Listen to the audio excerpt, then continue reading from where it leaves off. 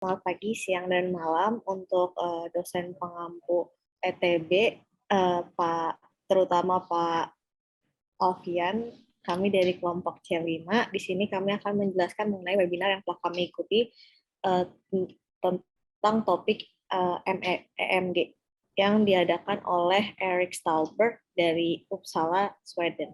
Next. Baik, di sini ada kelompoknya, ada saya, Cokodesna Yudiastiti, NIM 073, ada Kolya Zalda, NIM 075, ada Kevin, NIM 074. Baik, di sini pertama Dr. Erik mengadakan webinar yang bertujuan untuk melakukan diagnosis dengan meminimalisir rasa sakit yang harus dialami pasien pada saat pemeriksaan. Maka dari itu timbullah topik dari webinar yang diadakan oleh Dr. Erik, The Integration of Neurography in EMG. Next. Baik, di sini Dr. Erik juga menjelaskan mengenai tentang precision medicine, di mana di sini mencari tahu cara optimal untuk mendiagnosis dari suatu penyakit dan untuk mendapatkan pengobatan serta proses yang dinamis sehingga melibatkan pengetahuan mengenai kesehatan dengan metode baru. Lalu di sini ada fitur dari elektrodiagnostik sendiri. Yang pertama itu mencari gejala atau tanda yang terjadi pada fisik tubuh pasien. Lalu setelah itu memfokuskan pada gejala yang krusial sesuai dengan kriteria atau kondisi yang akan diperiksa. Maka dari itu, Dr. Erik memiliki perkenalan sistem seperti berikut. Next. Oke, sebelumnya sebagai gambaran dulu apa itu precision medicine. Di sini dikatakan bahwa pasien memiliki main kriteria A, B, C. Lalu ada subsidiarinya ada D, E. Nah, lalu kita akan berfokus kepada kriteria yang ada di A, B, C. Namun di samping lain kita tidak fokuskan sehingga diagnosis menjadi lebih tepat. Next. Nah, lalu diperkenalkan ada limit dan guidelines. Untuk limit sendiri, kita tadi untuk lingkaran yaitu main kriteria sendiri, namun kita juga membentuk guidelines di mana guidelines ini akan mengarahkan kepada diagnosis yang tepat seperti tadi elektronik diagnosis features pada pertama kali, bahwa kita akan mencari gejala dari fisik tubuh, lalu kita akan mencari titik krusial dari kondisi yang akan kita cek. Next. Timbullah tadi sudah disebutkan guidelines dan limit, maka ada sistem di sini yaitu dilihat dari neografi, EMG, dan integrasinya sendiri untuk pemeriksaannya. Next. Nah, di sini terdapat sistem yang dibuat untuk beberapa kondisi, dan juga apakah lalu juga ada neurografinya sendiri dari setiap kondisi, lalu akan dipastikan sampingnya sistem apa yang harus dilakukan pada pengecekan. Untuk contoh pertama kita ambil dari PNP. Next. Nah, tadi ada neurografi sendiri. Neurografi sendiri terdapat dari 5, yaitu patofisiologi, ada demyelinating, aksonal dan CB, ada tipe fiber, sensori, motor, dan autonomik, lalu ada ukuran fiber, large atau small, distribusinya sendiri ada distal dan proximal, sedangkan untuk jenisnya ada CAMP, SNAP, AMPL, dan CONVEL. Next. Nah, untuk tadi berdasarkan kondisi, di sini untuk distribusinya sendiri ada contoh misalnya proximal plus pada GBS, CIDP, dan yang sama pada CMT, lalu untuk distal pada antimak. Nah, kalau yang di sini sendiri untuk conduction block akan dicek jika AMPL yang makin turun, maka kondisinya semakin parah dan seterusnya. Bisa dilihat pada tabel. Next. Baik, lalu untuk assessment-nya sendiri, di sini pada PNP dilakukan yaitu ada tes, ada autonomic test, RR, dan SSR, yang dimana melibatkan vital pada GBS, melibatkan ukuran fiber yang kecil, dan juga untuk kondisi yang spesifik. untuk melakukan tes RRR dan SR. Next. Nah, mengapa dibutuhkan MEG di PNP? Tadi dalam PNP tabel awal juga jelaskan bahwa diperlukan tes EMG. Ini di sini sebenarnya tidak selalu dibutuhkan, namun possible jika tujuannya untuk menilai kerusakan aksonal pada saraf panjang, menilai pergerakan reinervasi, menilai bagian distal atau proksimal saraf, dan asimetris, serta pengecualian gejala lain seperti distal miopati. Next. Baik, lalu ada contoh kedua, tadi ada kondisi GNB. Nah, GNB di sini untuk neografinya ada demonstrasi saraf motor akut dalam sensori neuropati, lalu ada demonstrasi construction block, lalu juga di sini menilai jenis patologi dan distribusi dan TMS untuk melihat spinal cord conduction. Next. Nah, di sini juga diperlukan tes EMG di GBS sendiri, karena pada fase awal biasanya tidak ada indikasi, namun juga mengecek motor unit number estimation juga. Lalu di higher kondisi yang dicek adalah saraf dinamis, di mana sarafnya bergerak, lalu juga ada IP atau di sini penilaian kuantitatif. Next. Nah, di sini juga ada pengecekan anti-gangliosit antibodies pada GNB. Untuk aksional sendiri seharusnya memiliki antibodies sebesar 82,2%. Nah, untuk pada saraf AIDP harus memiliki antibodies 3,8%.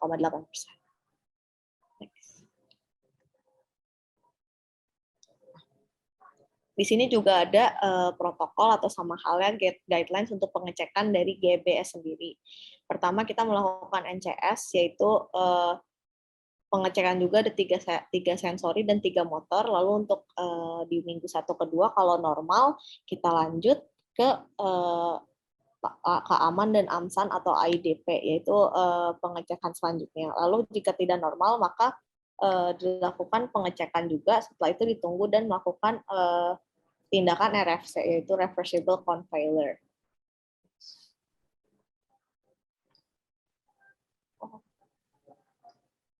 Baik, untuk AIDP sendiri itu juga tindakannya dilakukan jika ada kenaikan pada ulnar PDCAMP-APL, lalu ada peroneal DMA-ALT, ada ulnar DCA-AMP-DUR, ada median. Lalu jika terjadi penurunan median SNAP-AMPL, peroneal MCV, lalu ada SNAP ulnar atau SNAP sural AMPL.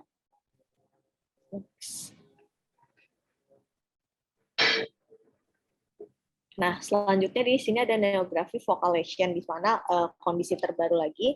Nah, untuk gejala motornya di sini ada patofisiologi dan jenis.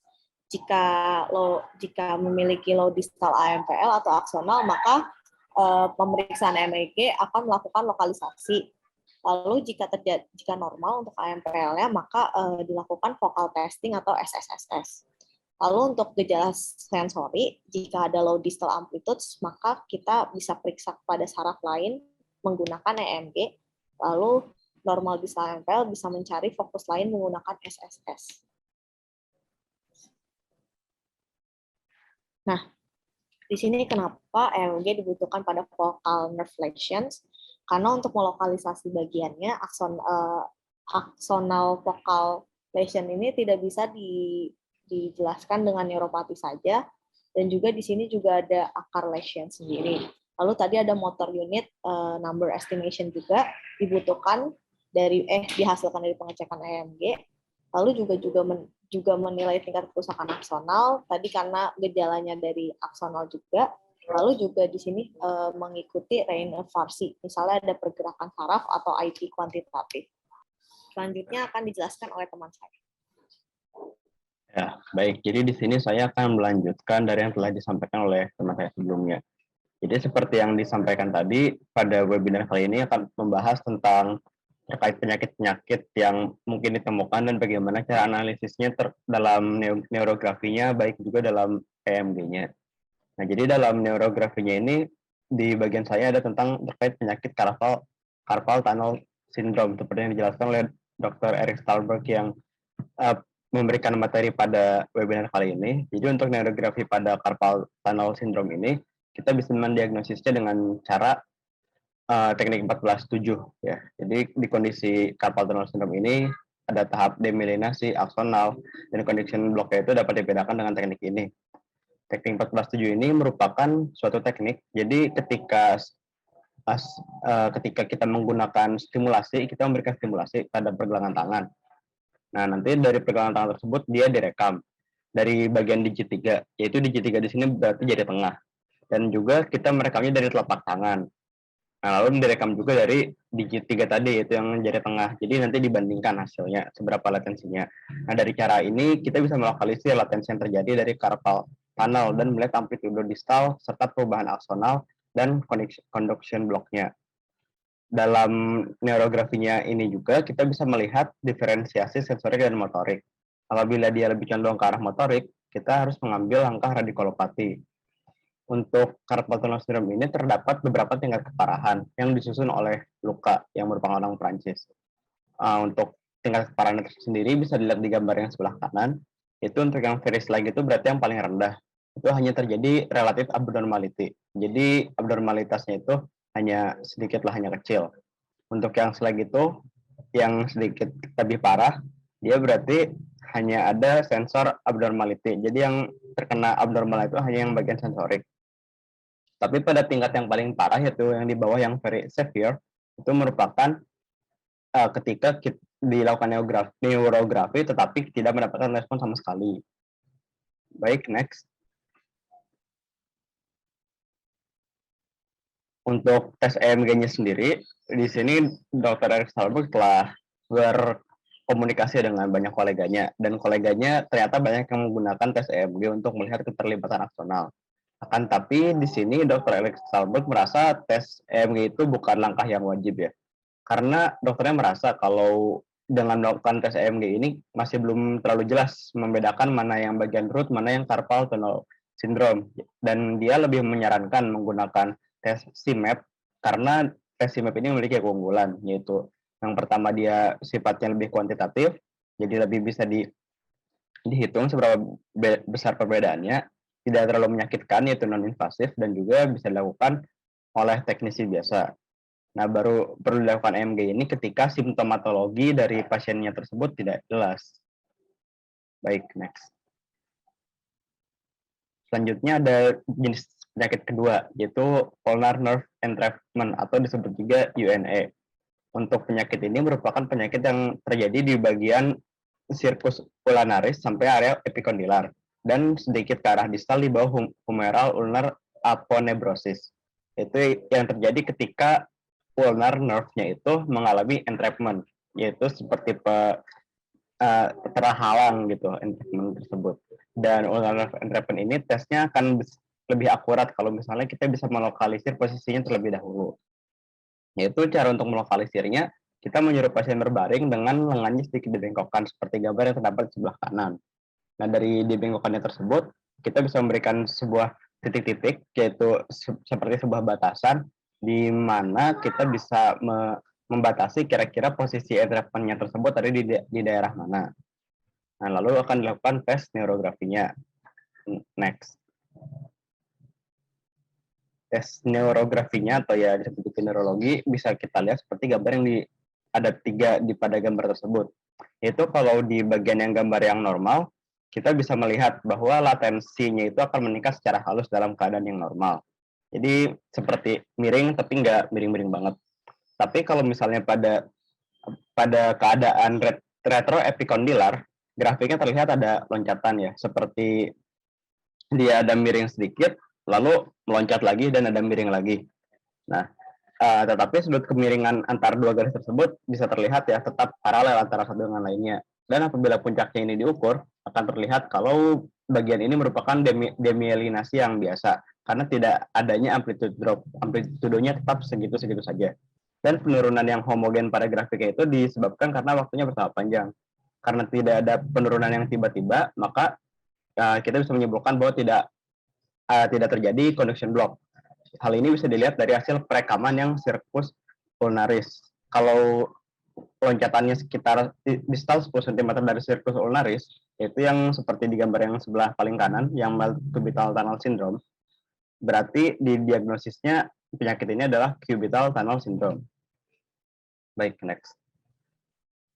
Selanjutnya terkait ulnar nerve entrapment, atau kita juga melakukan tes EMG.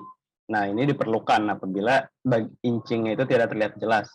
Akan tapi apabila incing itu masih normal-normal saja, kita masih bisa menggunakan neurografi biasa. Di sini Bapak Eric Starbuck juga mempunyai diagram cara analisisnya tersendiri. Jadi menurutnya itu apabila kita melihat dulu dari pasien itu apakah mati rasa di bagian digit 4 sampai 5 di sekitar bawah pergelangan tangan dan bukan di forearm. Tapi benar-benar posisi itu ada di ulnar digit. Nah, apabila terdeteksi amplitudenya itu kecil, tapi dorsal branch-nya normal, berarti masalahnya itu tidak mungkin di bagian saraf yang proksimal. Tapi kita bisa langsung melihat ke bagian yang Guyon's Canal, yaitu yang bagian sini. Apabila dorsal branch-nya juga normal, kita harus mengecek ulnar incing terlebih dahulu. Apabila ulnar incingnya ini abnormal juga, nah berarti ya kita bisa menyimpulkan juga nih ada local entrapment di sekitar elbow. Akan tapi kalau incingnya normal-normal saja, kita harus melihat ke area yang lebih proksimal dan kita melakukan tes EMG di sana. Nah, dari hal itulah, dari bagian situ kita bisa tahu kalau misalnya masalah ini apakah ada di inferior trunk atau ada di immediate cord. Apabila distal amplitude yang masih normal juga, maka kita harus memikirkan apakah itu kira-kira demyelinasi atau conduction block, dan di situ incing bisa dilakukan meskipun tanpa tes EMG sekalipun. Baik, next. Selanjutnya ada terkait tendon rupture. Jadi tendon rupture ini merupakan suatu kondisi di mana tendonnya itu robek ya. Dan di sini Dr. Alex Starbo juga sebenarnya sangat jarang sih menemui kondisi tendon rupture ini di labnya. Dan tendon rupture ini merupakan suatu kondisi di mana tidak bisa kita lakukan tes neurografi. Mengapa? Karena hasil CMAP dari otot yang dihasilkan dari yang punya tendon maupun yang tidak ada tendon pun dia hasilnya tetap terlihat bagus. Jadi dengan neurografi itu tidak terlalu terlihat perbedaannya antara yang tendonnya robek dan tidak. Nah, barulah di sini yang lebih berguna itu menggunakan tes EMG. Itu di sini nanti pasien akan diminta untuk berjinjit seperti di gambar yang di tengah tersebut. Jadi kakinya diluruskan seperti itulah. Dan nanti kita bisa melihat bahwa pola tembakan sinyal EMG-nya tersebut akan terlihat berbeda antara yang kaki kiri dan kaki kanannya. Yang bagian tendonnya robek itu dia tidak akan terlihat gitu pola tembakan yang sebesar ketika kakinya normal, tidak terjadi tendon rupture. Dan motor unit potensial juga tidak bisa digunakan karena hasil denervasi tidak akan terlihat. Terkecuali pada suatu kasus yang jarang, seperti misalnya pada tendon rupture ini, selain tendon yang robek, bagian sarafnya juga ikut robek. Seperti itu. Baik, next. Selanjutnya ada terkait motor neuron disease. Jadi di motor neuron disease ini digunakan untuk memeriksa bagian neuropati aksionalnya untuk mengkonfirmasi apabila SIS-nya ini normal. Dan di sini juga kita memeriksa conduction block-nya. Nah, untuk bagian selanjutnya terkait bagian EMG-nya akan dijelaskan oleh kawan saya. Lanjutkan dari teman saya Zalda, pada penyakit motor neuron disease, terdapat kedua diagnosis ini, yaitu menggunakan neurografi dan menggunakan EMG, di mana kedua alat ini dapat digunakan sebagai pilihan pertama dalam mendiagnosis penyakit ini, yang seperti yang sudah dijelaskan oleh saya. Lanjut ke yang EMG. Pada EMG diawali ceknya pakai EMG untuk mengecek keberadaan denervasi, motor unit potensial yang tidak stabil, serta fasikulasi. Apabila tidak ditemukan fasikulasi, bisa jadi ternyata bukan MND. Lanjut ke penyakit lain yang merupakan post-polio syndrome, di mana pada neurografi sebenarnya hanya digunakan sebagai diagnosis komplementer, dan EMG dapat digunakan sebagai diagnosis pertama. Pada diagnosis dengan neurografi yang bersifat komplementer dan hanya untuk gejala sensorik yang membutuhkan EDX lebih lanjut. Pada diagnosis EMG, diagnosis tersebut dapat mengkonfirmasi keterlibatan yang bersifat neurogenik, kemudian mengevaluasi derajat kehilangan atau loss, motor unit loss, dan kemudian dapat mencari penyebab lain seperti neuropati saraf akibat entrapment atau radikulopati. Lanjut kepada dengan diagnosis dengan repetitive nerve stimulation pada penyakit myasthenia gravis atau drop eyes yang seperti pada gambar di bawah ini, menggunakan repetitive nerve stimulation yang merupakan diagnosis pilihan pertama, menggunakan activation 60 detik dan diuji setelah 0, 1, dan 3 menit. Jika decrement response dari uji RNS tersebut ditandai dengan berkurangnya ukuran compound muscle action potential CMAP dalam 4-5 respons pertama, maka itu adalah tanda dari ciri myasthenia gravis. Kemudian menggunakan SFEMG yang merupakan pilihan pertama juga dapat menemukan jitter yang berlebihan pada subjek, kemudian mengkonfirmasi fiber density otot yang normal. Menggunakan EMG yang merupakan diagnosis komplementer, jika hasil SFMG negatif dapat memberikan diagnosis alternatif. Lanjut ke penyakit myotonia, menggunakan diagnosis EMG, yaitu untuk memeriksa apa myopatik atau tidak. Kemudian konfirmasi pelepasan spontan saat otot yang bertambah dan berkurang dalam baik amplitudo maupun frekuensi, yaitu disebut myotonic discharge. Kemudian memeriksa efek dari temperatur dan aktivitas. Lanjut kepada polymyositis PM dengan EMG, memeriksa apa myopatik atau tidak, kemudian memeriksa aktivitas spontan, fibrilasi atau complex repetitive discharge. Dan terakhir merupakan myelopathy dengan EMG dapat mendiagnosis, mengevaluasi tingkat keterlibatan lower motor neuron. Dapat diketahui distribusi yang dapat dilihat dari spinal cord lesion dan PLS. Dan berikut merupakan dokumentasi dari webinar yang telah kami ikuti. Sekian dari presentasi kami. Terima kasih atas perhatiannya. Assalamualaikum warahmatullahi wabarakatuh.